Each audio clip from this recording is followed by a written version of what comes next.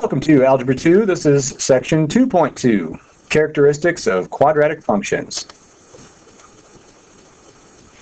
All right, we're going to begin by, again, another introduction. And we've got a function. It's in vertex form like we've seen before, that we just got done covering in the last section. What are the coordinates of the vertex? Well, let's start with that. We'll go green today.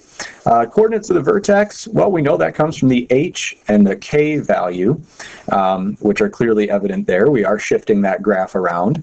So we can hopefully pretty quickly say that that vertex is at 2, -4.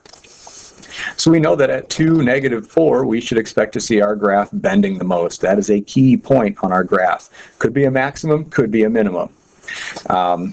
Now, we're supposed to graph the function and find the equation of the line that perfectly splits the graph in half. Okay, well, we know how to graph functions.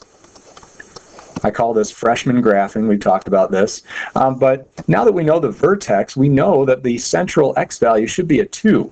So I want to pick some x values that are on either side of 2. So we'll go 0, 1, and then 3 and 4. And if I plug 0 in up here, I got -2 squared times a half, that's 2, minus 4. I've got the point 0, -2. And I noticed that, hey, the same thing would happen if I plugged in a 4. If I plugged in a 4, I'd still be taking 2 squared, then taking half of it, which would also give me a 2 minus 4. So that is also -2. So I'm at 0, -2, and I'm at 4, -2.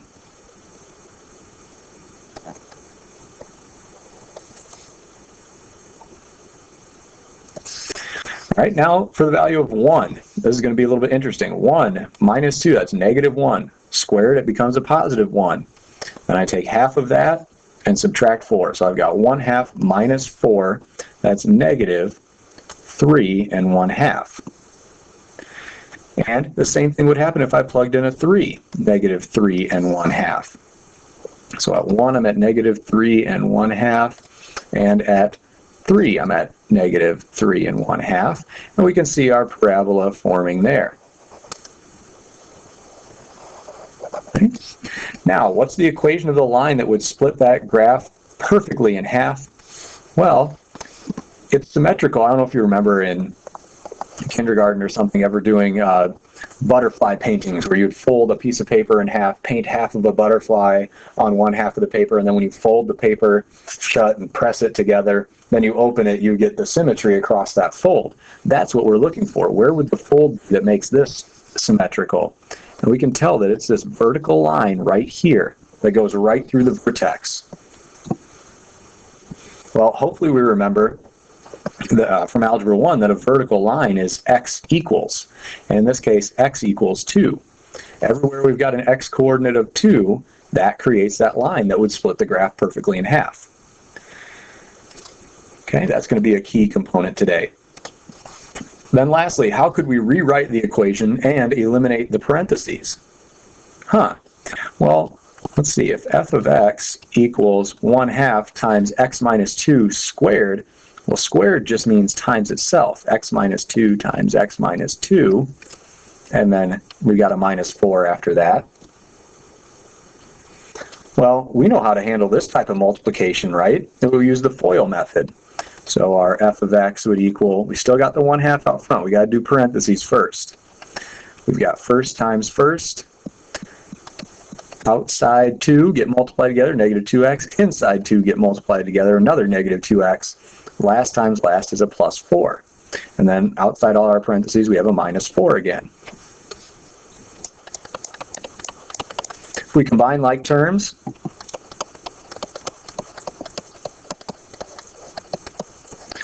now we can distribute the 1/2. That's what gets rid of all our parenthesis problems. So I've got 1/2 x squared. It distributes to the -4, minus 2x. Distributes to the positive 4, plus 2. And we got minus 4 at the end. So our final function is going to equal 1/2 x squared minus 2x minus 2. All right, this is a different form of a quadratic that we are going to cover today. But notice that it's not that difficult. Hopefully we can make it through a lot of these steps without having to write them all out. But again, just for explanation purposes, it's kind of nice to see those. All right, our important terms. We learned about the vertex of a parabola, right? Our lesson yesterday was solely concerned about vertex form. Okay, we've learned about how a parent function can transform into other quadratics, other parabolas. But there are other properties that make these useful as well. So symmetry, we talked about that in our introduction. The technical term from that line that we found is the axis of symmetry, and it's x equals h, right? H is, if you remember, our vertex is h comma k. H is that x value. Okay?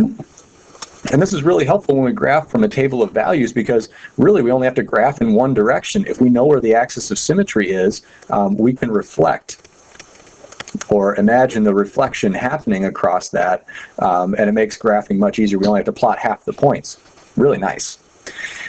At the end of our introduction, we ended up with still a quadratic. We still had a squared variable. That was the highest exponent we saw in a variable.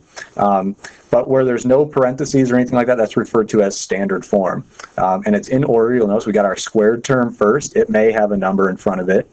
And then we've got our x term, which may have another number in front of it. And then we have our constant, just a number at the end. And as long as a is not 0, then we'll still have our squared term, we'll still have a parabola. But b or c could equal 0, and we'd still get a parabola. We'd still have our squared term that makes it a quadratic. Vertex form, we talked about that yesterday, very useful for quickly finding the maximum or minimum values. And then we also have intercept form, where the function is completely factored out, and that's useful for finding x-intercepts. If we tie in from an algebra refresher when we worked with factoring, this is a quadratic that's been factored for us, which is, again, very useful for finding intercepts. And if we know how to find intercepts, maxes, and mins, we're pretty good with parabolas. All right, so naturally, standard form carries with it some properties. We don't have the x-coordinate of the vertex available right away. However, there are some properties of those numbers, a, b, and c, that we can use to quickly find properties of that graph. You'll see that we get a y-intercept at the point 0, comma c. And that makes sense. If we plugged in a 0 for x, all of these x terms would disappear, and we'd be left with just y equals whatever that number is. That's what that's indicating. The axis of symmetry follows the ratio of x equals negative b over 2a. That may seem like a kind of a weird property right now, but when we get towards the end of chapter 3, you'll see where this comes from. But for now, you're just going to have to kind of take it on faith. This will find our axis of symmetry every single time. All right, and again, we have some properties. Even if it's not in vertex form, that leading coefficient a, the the number that is on our variable squared, that tells us whether the parabola will open up or down. Then we still have properties of that a value still affecting the as tall principle. Okay, axis of symmetry, we've already talked about that. The vertex, well, if the axis of symmetry is x equals negative b over 2a, then we can treat that as an input into the function to find the y value that goes with it.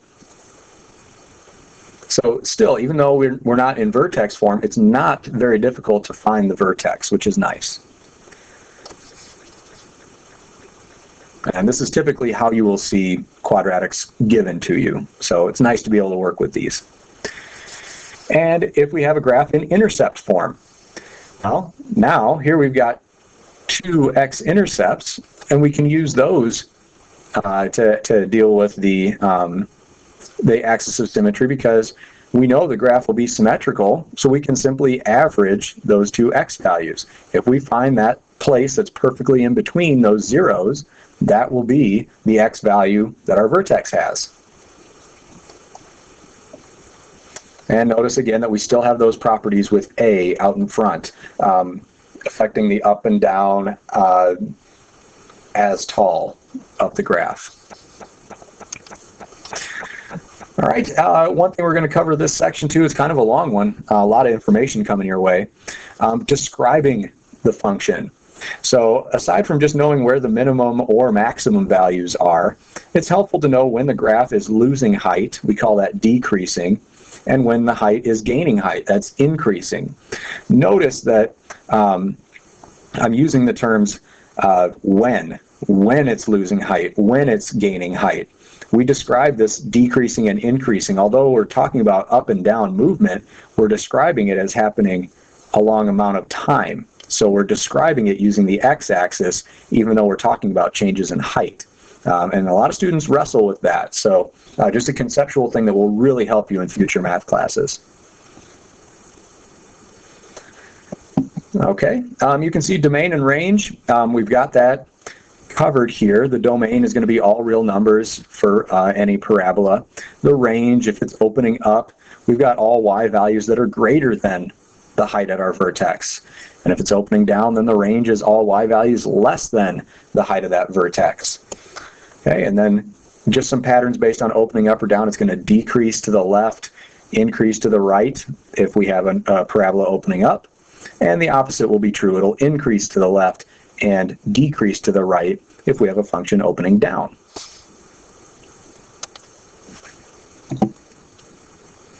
All right, seems like it's taken us a while to get to these examples, but that's fine. It's important to make sure everything's explained clearly. All right, first example, we want to graph the function, label the vertex, and the axis of symmetry. Well, we know we're going to end up using an XY table, but I just don't want to blindly choose X values. I want to be smart and do as little work as possible, right? So since we're in vertex form, we can quickly identify the vertex here in number 6 as being the point 7, -1. So let's go ahead and plot that 7, -1. We know it's going to end up opening upward, so it's going to climb on either side to the left and right from that vertex. The axis of symmetry, and we can abbreviate this as AOS later on. I already started writing it though. It's just going to be x equals whatever that x coordinate of our vertex was. So x equals 7. So I know that along this line I'm going to have perfect symmetry for my parabola. All right, now we can make some smart choices for x and y.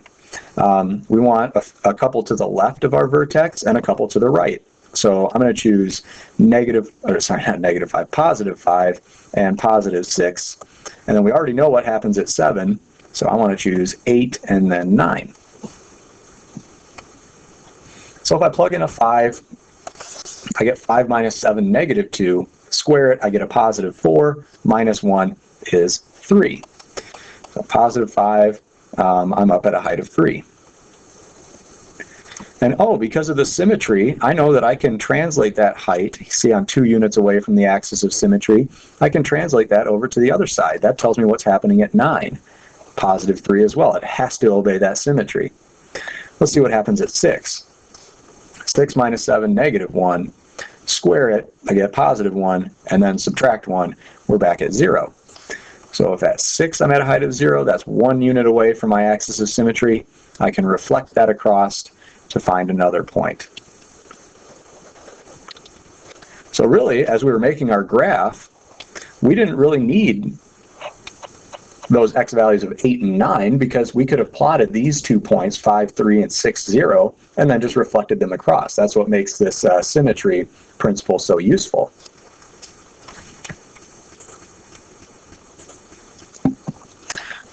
Well, 8. Ooh, we've got a twice as tall, it looks like, and it looks like we're going to be to the left 1 and down 3. Again, it's in vertex form. Really nice for us. Our vertex is going to be -1, -3. Let's plot that out. -1, -3. Our axis of symmetry is going to be the line x equals -1, right? We're grabbing that x value. One thing that students commonly do as well, and this usually happens on quizzes and tests, and is kind of frustrating as a teacher, axis of symmetry is a line. So if you said axis of symmetry equals -1, well, what equals -1? We need the equation of a line. You need that x equals in place. Okay, maybe a little bit of a stickler, but the devil's in the details, and that's important. All right, so let's smartly construct our x and y table of values here. I'm going to choose -3 and -2, and that should be all I need to get a good look at this graph. At -3, I've got -3 plus 1. That's -2 squared makes it +4. +4 times 2 is 8, minus 3 is 5. So at -3, I'm at a height of 5, and I can reflect that across the axis of symmetry. 2 for 1. If I plug in a -2, I get -2 plus 1, that's -1. I got to square it, that makes it a +1. Times 2 is a +2, and then minus 3 gives me a -1 for an output. And again, I can reflect that across my axis of symmetry, and there you can see, I'm sorry, my tablet's kind of acting up here. You can see we get a nice parabola out of that. Very little writing involved too. Really a big fan of that. All right, for example 2, here you can see our functions are given in standard form. Right, there's no parentheses. It's not as evident what our a value is as far as stretching and stuff. I mean, we're still looking at that lead coefficient. It's still telling us a whole lot, but it's a little bit more concealed.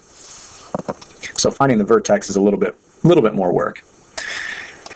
Okay, well, let's see. Our axis of symmetry, if it's standard form, we can start off by finding that. That's x equals -b. So here my b value is a -6. I want to negate that. -6 is +6 over 2 times a. Well, my a value is a -1, so 2 times a would be -2. So my axis of symmetry is really x equals -3. Oh boy. Okay. Now for my vertex, I know the x-coordinate is going to be -3. Let's see what the y-coordinate is, the output. And if I want to find the y that goes along with any x, all I need to do is plug it in. So I've got -3 squared. That's a -9. Negative sign is not lost there.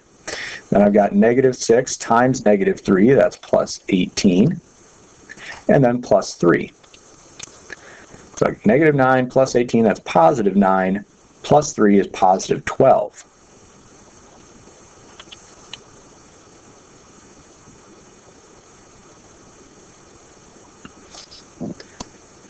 Okay, and that's a little bit off of our graph, but make that vertex work.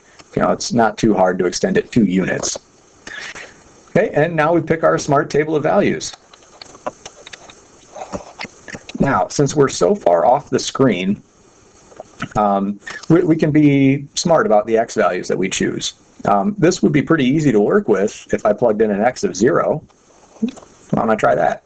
If I plug in a 0, then I get -0 minus 0 plus 3. Okay, so I know the point 0,3 is on that graph, and I can reflect that using the axis of symmetry. All right, and let's try -1. It'd be nice to get something in between here to see how the graph bends a little bit more. If I plug in a -1, I've got -1 squared. That's a -1. -6 times -1 is +6, and then +3 leads me to an output of 8. We're up at 8. Reflect that, and there you can see our graph forming. Notice how the graph opened down, and that's how it should look because we had a negative sign out in front of the whole thing. It's always nice to have those quick checks at your disposal. Now, number 26. You'll notice there's no x term. We can think about that as including a +0x in the middle. So that's telling us that b equals 0. Okay, so if I wanted to find my axis of symmetry, that's x equals -b over 2 times a. Well, that's telling me that, oh, here I should be a little bit more careful here. That's telling me that x equals 0. So I know wherever x equals 0, and it is our y-axis, that should be the axis of symmetry. Okay, and then our vertex. Well, I know the x-coordinate's going to be 0. Oh, this is really nice. What happens when I plug a 0 into this function? I get 0 minus 5, negative 5. So there is our vertex. And now if we want to choose our table of values, we need to only pick a couple points. Let's try when x equals 1. If I plug in a 1, I get 6 times 1 squared. That's just 6 minus 5. It's a positive 1. And I can reflect that. And let's see what happens when I plug in a 2. I'm not sure how this is going to go. 6 times x squared is going to go way off screen, I think. 6 times 4, 24 minus 5 is a height of 19 when we get to 2. So that's way up here. Up in the word symmetry, it looks like. So our graph, really, really skinny parabola. But again, we have that nice check of talking about the transformations. We know that that graph is 6 times as tall. So it's really stretched in the vertical direction.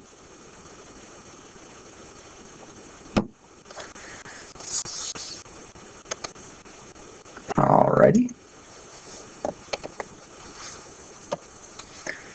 All right, now for example 3. Here we want to graph the function, label the vertex and axis of symmetry. All right, for example 3, I did notice one little error here in this, and it should be fixed on your note packet by now. But here we got our functions. You can see they're in intercept form. Okay, it says label the vertex and axis of symmetry again. All right, well, to find the axis of symmetry, when it's in vertex form like this, we simply average what the two x-intercepts would be.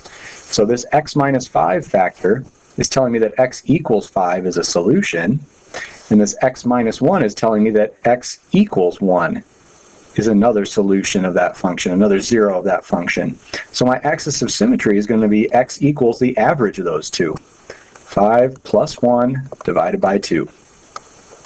So that's telling me that x equals 3 is my axis of symmetry, and that fits perfectly. It splits those points. And it really makes our graphing a lot easier because we already got 2 points on paper. Our vertex, that's going to be the point 3 comma something. Well, let's see what happens when I plug in a 3. I've got 2 times 3 minus 5, that's negative 2, times 3 minus 1, a positive 2. That gives me negative 8. So I'm down here at negative 8. There's my vertex. I've got 3 points. I should probably make a small table of values, and I may only need one value here. Let's see what happens when I plug in an x value of 2.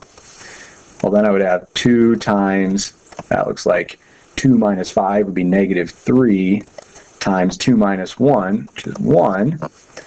That gives me a negative 6. So I go negative 6, and I can reflect that across my axis of symmetry. There is our graph.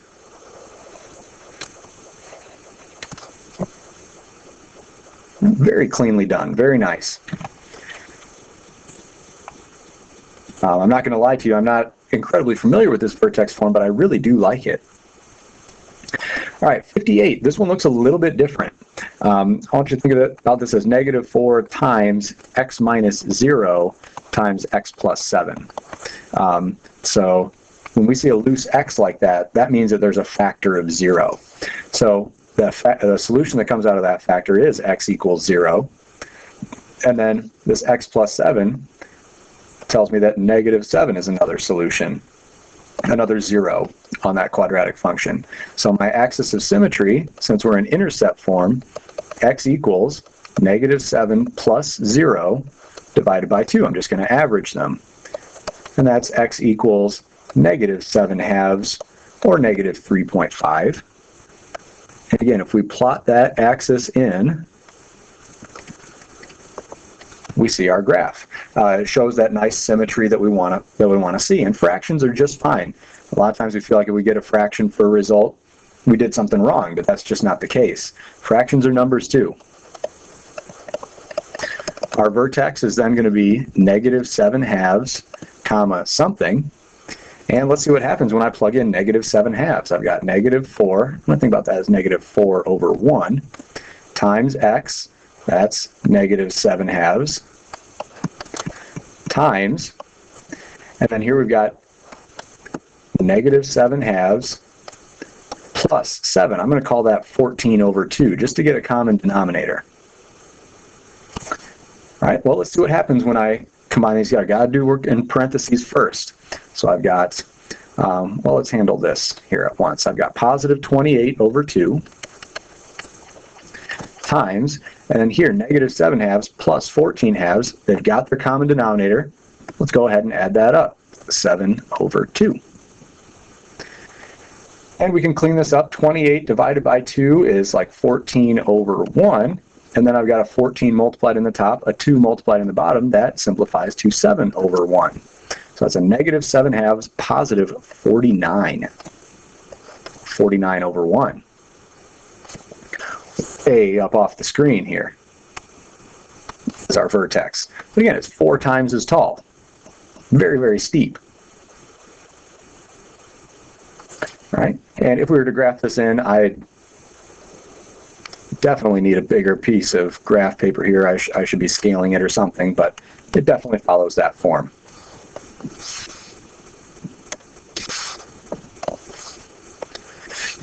All right, example 4. Find the minimum or maximum value of the function. Describe the domain and range of the function and where the function is increasing and decreasing.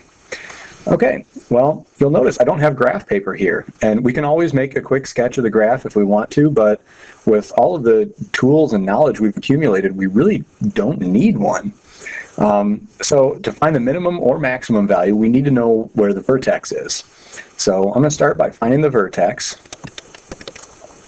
and I know that, well, the x value of that vertex is going to come from the axis of symmetry. So really, in finding the information we need, we're going through a lot of other information to get there. So x equals negative b over 2a. And in this case, that's negative 6. There's my b value, positive 6, over 2 times a. That's 2 times negative 3, negative 6. So I know my axis of symmetry is x equals negative 1. Okay, that tells me the x-coordinate of my vertex. And, okay, what I really want is to know, is that a minimum or a maximum? So I need to find the height that comes out of that. So let's plug in a negative 1. And that gives me negative 3 times negative 1 squared. It's really negative 3 times positive 1. And then I've got negative 6 times negative 1. That's plus 6 and plus 5, which gives me a height of 8 for that vertex. Now, the vertex could be a minimum or it could be a maximum. So I need to look at that leading term to decide, is it opening up or is it opening down? Since that's a negative 3, I know it's opening down. And if my graph is opening downward, I know that that vertex is a max. So we have a maximum of 8, right? The highest height we reach on that graph. And height comes from the y-coordinate. So our vertex's y-coordinate is our maximum. All right, then describe the domain and range. Well, we know that the domain is going to be all real numbers. And remember, we're using interval notation, so we describe that as negative infinity to infinity. And it's that way for any parabola, any quadratic function, I should say. And then the range, since it's opening downward, I'm going to accept anything down below up until I get to that height of the vertex. So any number down to negative infinity is fine, and it's only when I get to that height of 8 that I stop seeing the graph. And we use a square bracket because there is that vertex at a height of 8. So it's included. Okay, domain and range. Now, increasing and decreasing. Remember, we describe this using x's, but we're really leading up to and describing the heights. So it is increasing all the way from the left up until I get to that x value where my vertex is. So it is increasing from negative infinity until I get to that negative 1. And When we're talking about increasing and decreasing, we do not need square brackets whatsoever, because at that top point, it's not increasing, it's not decreasing, it's at the top. Well, that means that it's decreasing over the rest of its domain, going from -1 to positive infinity. Okay, because once I get past that x value of -1 where my vertex is, then the graph is losing height as I keep moving to the right. A lot of information, really not a lot of work though to get there. This is really slick. All right, number 46. I'm going to rewrite number 46 because I noticed that I can easily factor it. And we could have tried to factor the last one if we wanted. Really the -b over 2a works pretty slick. But here I can easily take out a greatest common factor of x. And now I've got something that's in intercept form. So I know my axis of symmetry, which will lead me to my vertex, that axis of symmetry is going to be x equals the average of 0, the solution out of this factor, and 4, the solution out of the other factor. So 0 plus 4 divided by 2, x equals 2 is where my axis of symmetry is. Well, that means my vertex is the point 2 something. If I plug in a 2, I get 4 minus 4 times 2, 8. So -4. And I notice this is a positive 1x squared, so it opens up. That means I have a minimum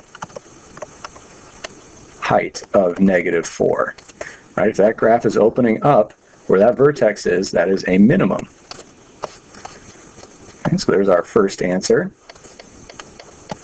Domain, again, -infinity to infinity. The range, well, now, if I'm looking at heights, I see the graph at the bottom, and then I will see it the rest of the way up to the top. So the bottom of that graph, that minimum, is a height of -4. And I see the graph at that height, and then that will continue to go on to infinity upwards. Okay, it is increasing. As soon as I get past that vertex and move to the right, that's where the graph is gaining height. So it's increasing from 2 to infinity.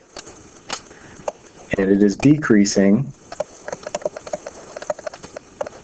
as we come in from the left. It's losing height until we get to that vertex point. So from -infinity up to that x value of 2. And again, increasing and decreasing. Remember, we are describing these intervals as x values. Even though they're representing changes in height, we're talking about them, they're answering when. When is the graph losing height? When is it gaining height? So when we're trying to answer a when question, we're dealing with the x-axis, the horizontal axis. All right, and our final example of the day. Although a football field appears to be flat, some are actually shaped like a parabola so that rain runs off to both sides. If you've ever been out to Kelsey Field out here at Hononegah High School, you can definitely see our football field is set up this way. The cross-section of a certain field can be modeled by this function where x and y are measured in feet. What is the width of the field and what is the maximum height of the surface of the field? And you can see here, this is actually given in intercept form, which is really nice. So if we want to find the width of the field, we can see that one intercept, x-intercept here is at 0, 0. The other x-intercept is somewhere over here. So if I can find that distance in between, that will be the width of the field in feet. So my x-intercepts are x equals 0, and the other one would be 160. 0. How did I get that so quickly? Well, again, this loose x here is representing a factor x minus 0. The solution coming out of that would be 0. And this other factor of x minus 160, the solution of that factor is positive 160. So that's how I got those two x-intercepts. That's telling me that the width is 160 feet. All right. Okay. What is the maximum height of the surface of the field? Okay, so we want to know what is this height here, h. In other words, how high is the vertex of that parabola? Well, we'll move through that just like we did in our previous examples. The axis of symmetry is going to be x equals, right, that x value is crucial to us. X equals the average of 0 plus 160 over 2. Right, that's how we find the axis of symmetry if we're in intercept form. Okay, so we get x equals 80, and that shouldn't be very much of a surprise. The highest point should be in the middle of the field. That means my vertex is going to be the point 80, comma something, and we'll leave a little bit of room there. And to find that out, what we're going to do is plug in 80. So we'll have y equals negative 0.000234 times 80 times 80 minus 160, negative 80. And I'm just going to try and make this as easy to compute in the calculator as possible. 8 times 8 is 64. 2 zeros. All right, and let's quickly back out of the slideshow here. Ooh, keep that. Open up our calculator really quickly. 0.000234 times 80 times 80 equals 1.4976. Okay.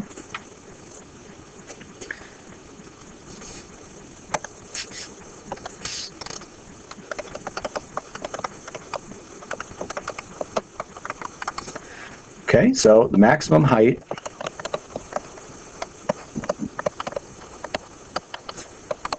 is approximately 1.5 feet.